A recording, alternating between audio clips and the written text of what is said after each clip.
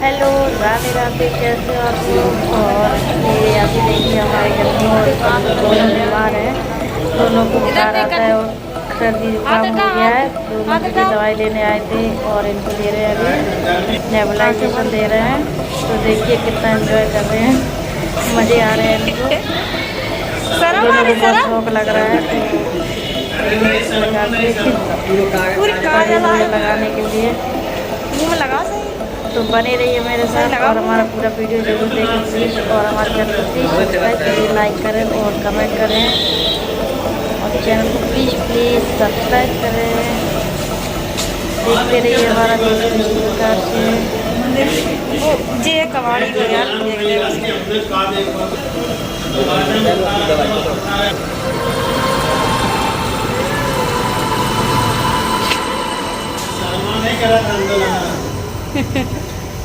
अच्छा वीडियो देख देख